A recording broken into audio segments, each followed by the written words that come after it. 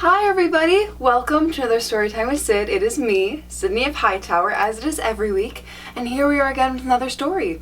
This time, we are reading more about fairies, guys. I don't know what you want from me, I'm just really excited. But also, before I get started, I just wanted to say thank you to all the lovely people last weekend who made me feel incredibly welcome at a ball that I went to. It was the first time that I was allowed to be surrounded by my own people in a very long time. And everyone was very safe and very cordial and very welcoming, so I just wanted to say thank you. And it really felt amazing to be myself at a ball with like-minded people. Yay! Alright, so let's get started. This story is called A Legend of Bottle Hill. It was in the good days when little people, most impudently called fairies, were more frequently seen than they are in these unbelieving times, that a farmer named Mick Purcell rented a few acres of barren ground in the neighborhood of the once celebrated preceptory of Mourne, situated about 3 miles from Mallow and 13 from the beautiful city called Cork. Mick had a wife and a family. They all did what they could, and that was but little, for the poor man had no child grown up big enough to help him in his work, and all the poor woman could do was mind the children and to milk the one cow, and to boil the potatoes and carry the eggs to the market to Mallow.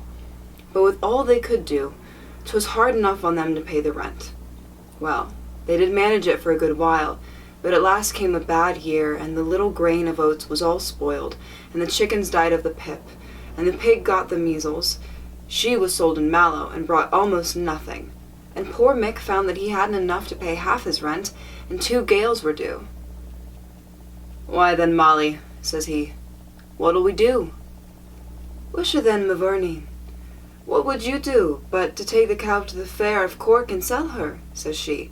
"And Monday's is fair day, and you must go tomorrow, that the poor beast may be rested again at the fair." "And what'll we do when she's gone?" said Mick sorrowfully. "Never a know I know, Mick, but sure God won't leave us without him, Mick. And you know how good he was to us when poor little Billy was sick, and we had nothing at all for him to take, and that good doctor gentleman at Ballyhaden came riding and asking for a drink of milk, and how he gave us 2 shillings, and how he sent the things in the bottles for the child, and gave me my breakfast when I went over to ask a question, so he did, and how he came to see Billy and never left off his goodness till he was quite well." "Oh, you are always that way, Molly, and I believe you're right, after all, so I won't be sorry for selling the cow. But I'll go tomorrow, and you must put a needle and thread through my coat, for you know it's ripped under the arm." Molly told him she could have everything right, and about 12 o'clock the next day he left her, getting a charge not to sell the cow, except for the highest penny.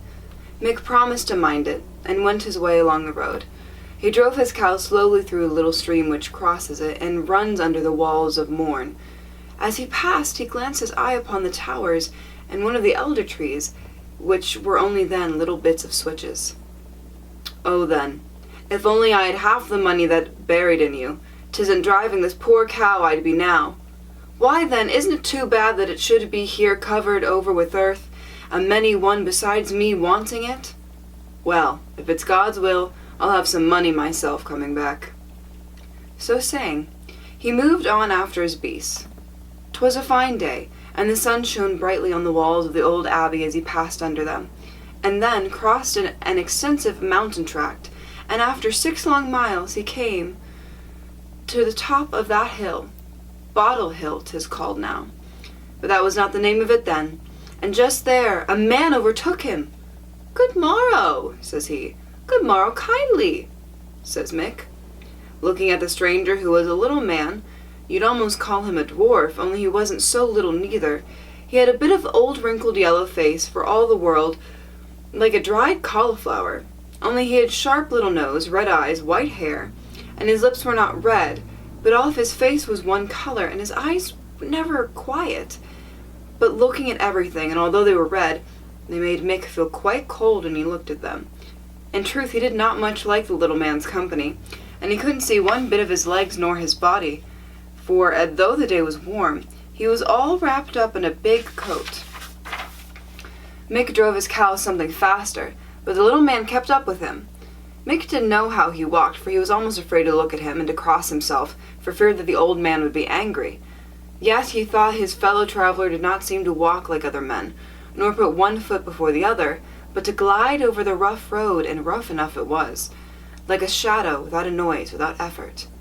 Mick's heart trembled within him, and he said a prayer to himself, wishing he hadn't come out that day, or that he was on Fair Hill, or that he hadn't the cow to mind, then he might run away from the bad thing. When, in the midst of his fears, he was again addressed by his companion. "Where are you going with the cow, honest man?" "To the Fair of Cork, then," says Mick, trembling at the shrill and piercing tones of the voice. "Are you going to sell her?" said the stranger. "Why, then, what else am I going to for but to sell her?" "Will you sell her to me?" Mick started. He was afraid to have anything to do with the little man, and he was more afraid to say no. "What do you give for her?" at last says he. "I'll tell you what. I'll give you this bottle," said the little one, pulling a bottle from under his coat. Mick looked at him and at the bottle, and in spite of his terror he could not help bursting into a loud fit of laughter. "Laugh if you will," said the little man, "but I tell you this bottle is better for you than all the money you'll get for the cow in Cork, aye, than 10,000 times as much." Mick laughed again. "Why then," says he, "do you think I'm such a fool as to give my cow for a bottle? An empty one, too? Indeed, then, I won't." "You had better give me the cow and take the bottle. You'll not be sorry for it." "Why, then? And what would Molly say? I'd never hear the end of it. And how would I pay the rent? And what would we do without a penny of money?" "I tell you, this bottle is better to you than money. Take it. Give me the cow. I'll ask you for the last time, Mick Purcell." Mick started. "How does he know my name?" thought he. The stranger proceeded.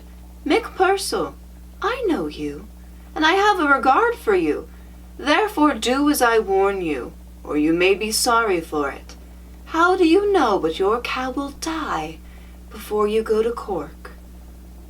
Mick was going to say God forbid, but the little man went on, and he was too attentive to say anything to stop him, for Mick was a very civil man, and he knew better than to interrupt a gentleman, and that's what many people that hold their heads higher don't mind now.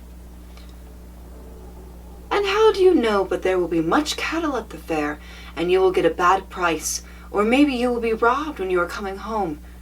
But what need I talk more to you, when you are determined to throw away your luck, Mick Purcell?" "Oh, no, I would not throw away my luck, sir," said Mick. "And if I was sure the bottle was good as you say, though I never liked an empty bottle, although I had drank the contents of it, I'd give you the cow and the name—" "Never mind names," said the stranger. "But give me the cow. I would not tell you a lie. Here, take the bottle, and when you go home, do what I direct exactly."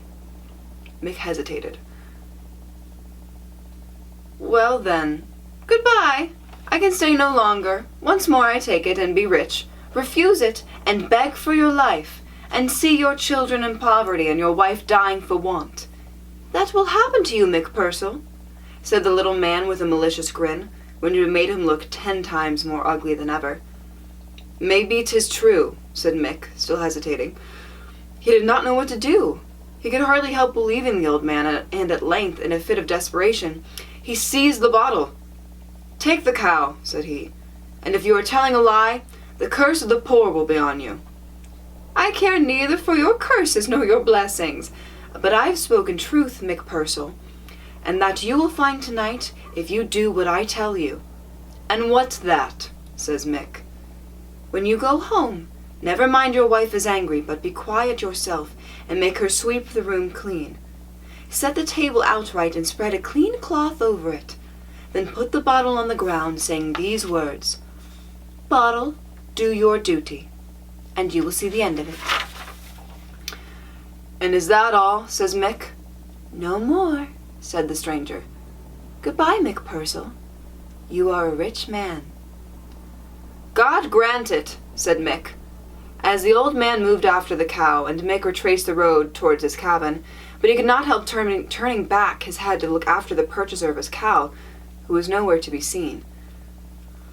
"Lord between us and harm," said Mick. He can't belong to this earth. But where is the cow? She too was gone, and Mick went homeward muttering prayers and holding fast to the bottle. And what would I do if it broke, thought he. Oh, but I'll take care of that.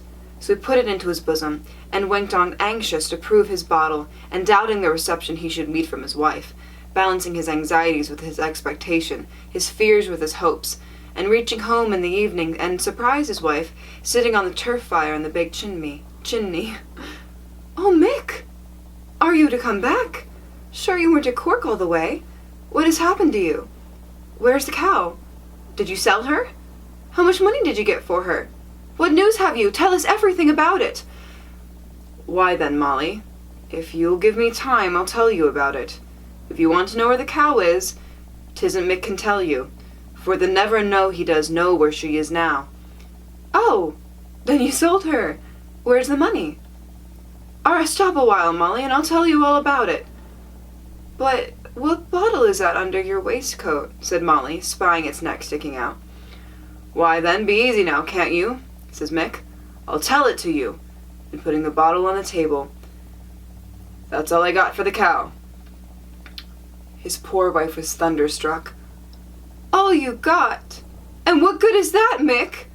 Oh, I never thought you were such a fool, and what'll we do for the rent, and what—" "Now, Molly," says Mick, "can't you hearken to reason? Didn't I tell you how the old man, or whatsoever he was, met me?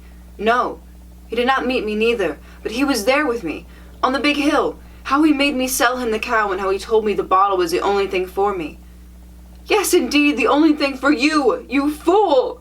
said Molly, seizing the bottle to hurl it at her poor husband's head, but Mick caught it, and quietly, for he minded the old man's advice, loosened his wife's grasp, and placed the bottle again in his bosom. Poor Molly sat down crying, while Mick told her his story, with many a crossing and a blessing between him and harm. His wife could not help believing him, particularly as she had much faith in fairies as she had in the priest, who indeed never discouraged her belief in the fairies.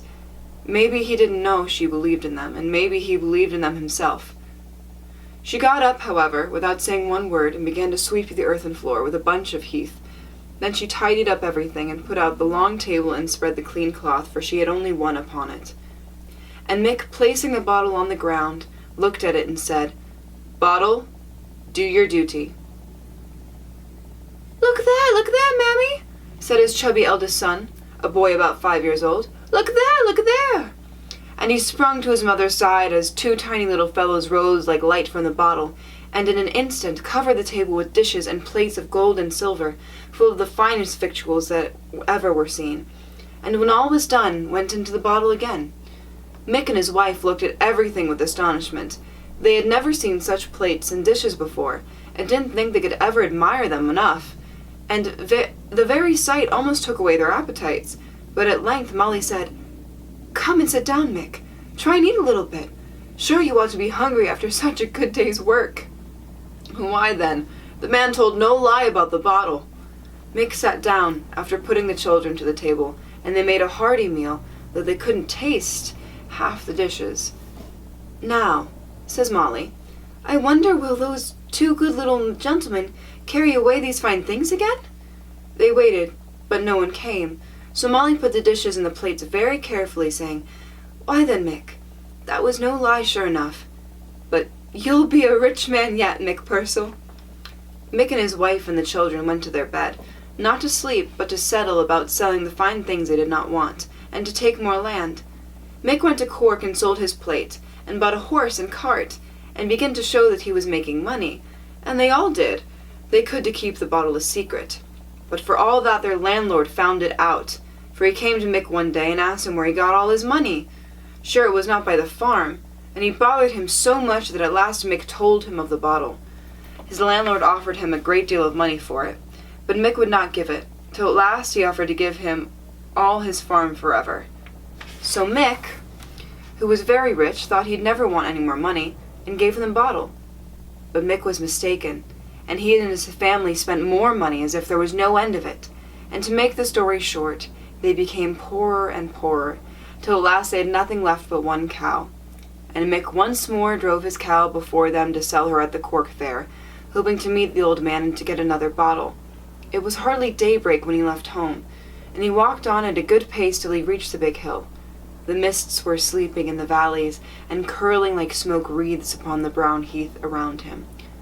The sun rose on his left, and just at his feet a lark sprang from its grassy couch and poured forth its joyous matin song, ascending into the clear blue sky, till its form like a speck in the airness blending, and thrilling with music was melting in light.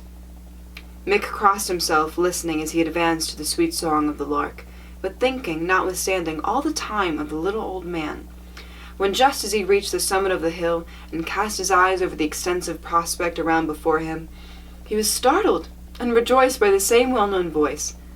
"Well, Mick Purcell, I told you, you would be a rich man." "Indeed, then, sure enough I was. That's no lie for you, sir. Good morning to you. But it's not rich I am now. But have you another bottle? For I want it now as much as I did long ago. So if you have it, sir, here's a cow for it." "And here's the bottle," said the old man, smiling. "You know what to do with it." "Oh, then sure I do, as good right I have." "Well, farewell forever, Mick Purcell. I told you, you would be a rich man." "And good-bye to you, sir," said Mick as he turned back. "And good luck to you, and good luck to the big hill. It wants a name. Bottle Hill! Good-bye, sir, good-bye." So Mick walked back as fast as he could, never looking after the white-faced little gentleman and the cow, so anxious was he to bring home the bottle. Well, he arrived with it safely enough and called out as soon as he saw Molly, "Oh, sure, I've another bottle." "Arrah, then have you? Why, then, you're a lucky man, Mick Purcell, that's what you are." In an instant she put everything right, and Mick, looking at his bottle, exultingly cried out, "Bottle, do your duty!" In a twinkling, 2 great stout men with big cudgels issued from the bottle, I do not know how they got room in it, and belaboured poor Mick and his wife and all his family, till they lay on the floor. When in they went again. Mick, soon as he recovered, got up and looked about him. He thought and thought. At last he looked up at his wife and children, and leaving them to recover as well as they could, he took the bottle under his coat and went to his landlord, who had great company. He got a servant to tell him he wanted to speak to him, and that he came out to Mick. "Well, what do you want now?" "Nothing, sir, only I have another bottle." "Oh, ho, is it as good as the first?" "Yes, sir, and better if you like. I will show it to you before all the ladies and gentlemen." "Come along, then." So saying, Mick was brought into the great hall where he saw his original bottle standing high up on the shelf.